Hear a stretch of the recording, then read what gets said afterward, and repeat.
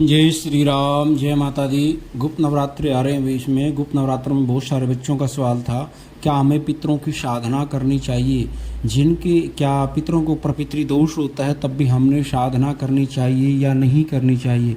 सवाल बहुत सारे थे। तो पितरों की साधना करनी चाहिए तो किस तरीके से हम पितरों की साधना कर सकते हैं, या कौन व्यक्ति पितरों की साधना कर सकता है, कोई कौन व्यक्ति नहीं कर सकता? सबसे पहले सवाल आ जाता है पितृ साधना के लिए।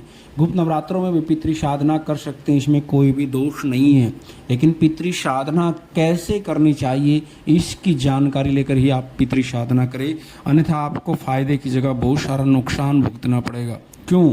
क्योंकि यदि हमारे पितरों के ऊपर कोई प्रेत दोष है, प्रेत पीड़ा लगी हुई है, तब हम कोई भी पितृ साधना नहीं कर सकते, क्योंकि पितृ साधना हमारी सफल नहीं होगी।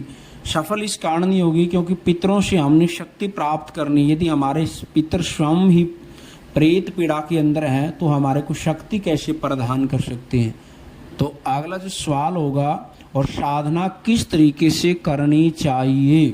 साधना, पितरों की साधना करने के लिए सबसे पहले हमने भी अपने बड़े परिवार के बड़े बुजुर्गों से आशीर्वाद लेना है, सलाह लेनी है। यदि वो जिसके पितर ठीक है, भाई जिसके पितरों के ऊपर कोई प्रेत पीड़ा नहीं लगी हुई, वही इस पितृ साधना को कर सकते हैं।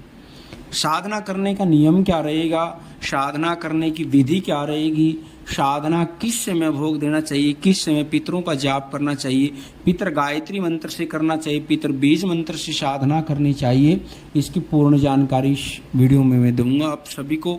इस वीडियो को आप अंत तक जरूर देखना। पितरों की साधना के लिए सबसे पहले हमारे परिवार में जो भी बड़ा व्यक्ति होता है उससे आशीर्वाद लेकर के, वो आशीर्वाद दे तभी आप पितृ साधना कर सकते हो, तब ही जाकर के आपकी पितृ साधना सफल होगी, अन्यथा पितृ साधना आपकी सफल नहीं हो पाएगी। यदि वो कोई रुष्ट हो जाते, परिवार का कोई भी बड़ा व्यक्ति है पितृ साधना में, तो पितृ साधना कभी सफल नहीं हो पाती। और पितृ साधना में विशेष रूप से क्या क्या हमने ध्यान रखना चाहिए, किस तरीके का पितरों का भोग देना चाहिए, कितना हमने जाप करना चाहिए। यदि आप कोई भी पितर गायत्री का मंत्र से कर रहे हो या कोई बीज मंत्र से कर रहे हो, 1.25 लाख कम से कम हमने इस पितर गायत्री के मंत्र का जाप करना पड़ेगा। तब भी आप लोगों ने, जब आप संकल्प करके पितरों का जो जाप करते हो साधना के लिए, पहले अपने कुल देवी का आदेश लेकर, या आपके कुल के देवता है उनका आदेश पितरों पर लगवा करके तब साधना करनी चाहिए। यदि कुछ कारणवश पितरों के ऊपर प्रेत पीड़ा लग जाती है तो वो प्रेत मजबूत नहीं होंगे आपकी साधना से। यदि उनके ऊपर शक्ति का आदेश लग जाएगा साधना के समय, फिर आपको कोई समस्या नहीं होगी। जब आपके पितर प्रेत पीड़ा से बाहर होते हैं पितर, फिर आपके प्रसन्न होते हैं, और प्रसन्न होकर के जब आपके पितरों की स्थिति मजबूत हो जाएगी, फिर आपको कोई समस्या नहीं है। और पितरों के निमित्त हमें सबसे पहले भोग, पितरों के निमित्त सबसे पहले पितरों को स्नान करा के आना चाहिए। यदि आपके जो पितर हैं, पितरों का स्थान बना हुआ है, सुबह के समय पितरों का स्नान करा करके आना चाहिए। पितरों के ऊपर हमें सफ़ेद मिठाई का भोग लगाना चाहिए, और सफ़ेद मिठाई ही पितरों के निमित्त हमने प्रयोग करनी चाहिए। जब हम पितृ साधना करते हैं, सबसे पहले हमें अक्षेत्रपाल को भोग देना है, माई चौगान वाली को भोग देना है, और अपने कुल देवी देवता को भोग देना है। उसके बाद पितरों को आपने भोग देना है, और संकल्प करके ही आपने पितरों का जाप करना है। पितरों के निमित्त पिंडदान भी करने हैं, पितरों के निमित्त डेली तर्पण भी करने हैं। और जब आपका पितृ जो जाप कर रहे हैं, जब वो संपूर्ण हो जाएगा, पितृ जाप संपूर्ण होने के बाद में आपने पितरों के निमित्त वस्त्र विदान करने हैं ब्राह्मणों को। ये चीज़ का विशेष रूप से ध्यान रखना। ब्राह्मण भोजन करवाना है। आप 1 ब्राह्मण को करा सकते हो, 2 को करा सकते हो, 3 को करा सकते हो, 5 को। और उसके निमित्त यदि आप गुरु सानिध्य में हैं, गुरु के निमित्त भी आपने दक्षिणा वगैरह भी निकालनी है, और गुरु के वस्त्र भी निकालने हैं, और आपने कुल देवी देवता की भी आप वस्त्र और श्रृंगार दे सकते हैं। पितरों के निमित्त में ये चीज़ आपने अवश्य करनी है। और दशांश हवन करना है। दशांश हवन नहीं कर पाते आप लोग, तो आप लोगों ने दशांश हवन मंत्र का जाप ज़्यादा करना है। उसके बाद में थोड़े मंत्र से आप हवन कर सकते हैं।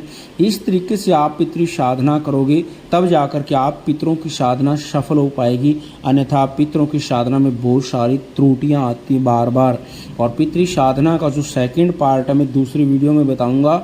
आगे हमने जब हमारे पितर और ख़ास करके जब हम पितृ साधना करते हैं क्या क्या ध्यान रखना चाहिए। सबसे पहले मैं आपको जानकारी नॉर्मल भी दे देता हूँ।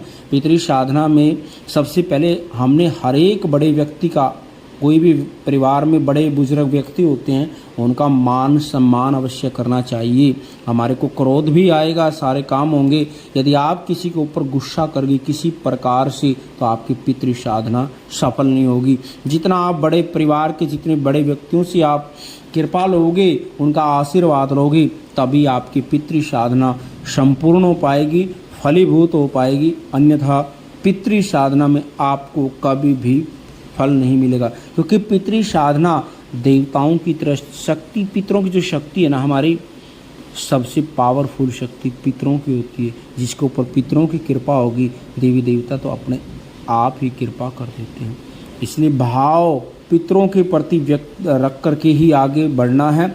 और पितरों के बहुत सारे अनुभव होंगे, आपको नेगेटिविटी भी आपके बीच में आ सकती है, उससे घबराने की ज़रूरत नहीं है। सिर्फ आपने कुल देवी का आदेश लगवा करके या बालाजी महाराज का, माई काली का आदेश लगवा करके पितृ साधना करनी चाहिए। आपका कोई इष्ट हो उसका भी आदेश लगवा करके साधना कर सकते, तब जा करके सफलता मिलेगी। यदि जानकारी आपको अच्छी लगी तो वीडियो को लाइक करना, शेयर करना, सब्सक्राइब करना। और पितृदेव का मंत्र मैं अगली वाली वीडियो में बताऊंगा उसको किस तरीके से करना चाहिए। जय श्री राम, जय माता दी।